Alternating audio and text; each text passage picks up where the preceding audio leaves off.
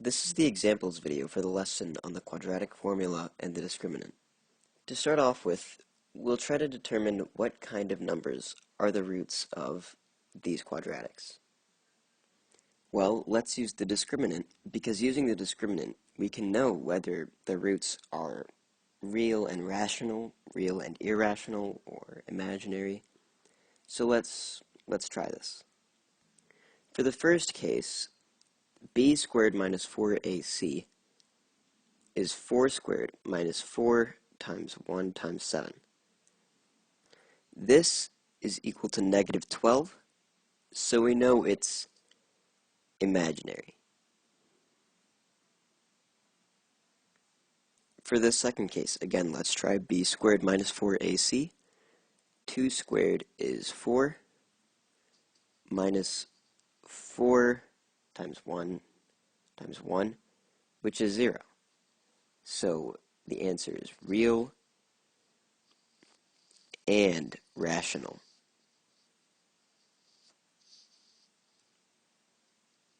We also could have just looked at it and seen that it was a perfect square, which has real and rational roots. Now again, b squared minus 4ac, in this case, is 49 minus 4 times 1 times 2, which is 41. This number is positive and it's not a perfect square, which means it is real and rational. Or irrational, rather, because if it's a positive number, the discriminant is positive, the only way it can be rational is if that number is a perfect square, and 41 is not a perfect square. Now for this last case, let's try the discriminant. 2 squared is 4, minus 4ac, that's 4 times negative 6. Well, this is 100.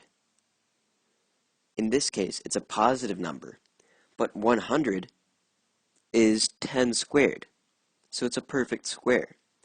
That means our answer is real, and it is indeed rational. For number 2, we have this quadratic equation, and it looks really messy, so let's just use the quadratic formula, because that seems like it's the best way to approach this. So the quadratic formula says x is negative b, which is 11, negative 11, plus or minus the square root of b squared. Well, 11 squared is 121, minus 4 times a, which is 6, times c, which is negative 35. All of that over 2a. A is 6 in this case, so 2 times 6 is 12. Now I can simplify this. It's negative 11 plus or minus the square root of 961 over 12. And the square root of 961 is 31. So this is negative 11 plus or minus 31 all over 12. This means that our x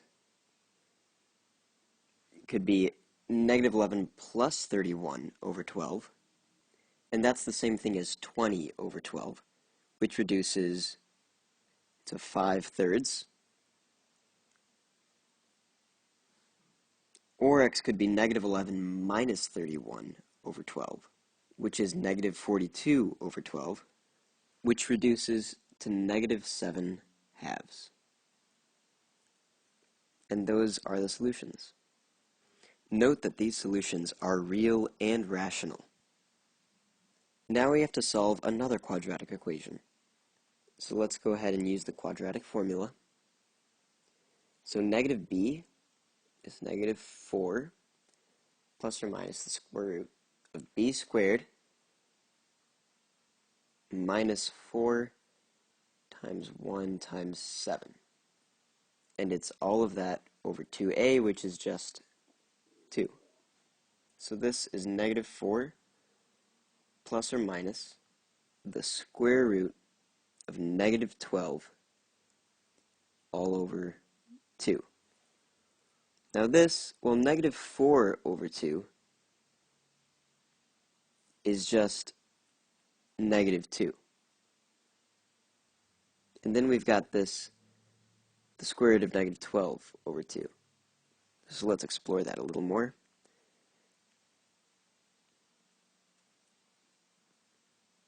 So negative 12 factors into negative 1, 4, and 3, and it's all that over 2. Now using a useful property of square roots, this is the same thing as the square root of negative 1 times the square root of 4 times the square root of 3, all over 2. And note that the square root of 4 is 2, so these are going to cancel. That'll leave me with negative 2 plus or minus the square root of 3 times I. And these are, again, our solutions. Note that we can't simplify this anymore because I times the square root of 3 isn't really compatible with negative 2. If I wanted to express this as a set like I usually do, it would be just negative 2 plus I square root of 3 and negative 2 minus I times the square root of 3. Both of these are perfectly valid because you can't reduce negative 2 plus or minus I root 3 any more than it already is. For the final example, we're going to use the quadratic formula one more time. So x is negative b, which in this case is 7, plus or minus the square root of b squared, which is 7 squared, or 49, minus 4 times 1 times 8, all over 2a, which is just 2. Now if we simplify, x is negative 7 plus or minus the square root of 17, all over 2. And again, this answer can't really be reduced anymore, so we can just leave it as it is and say that these are the solutions.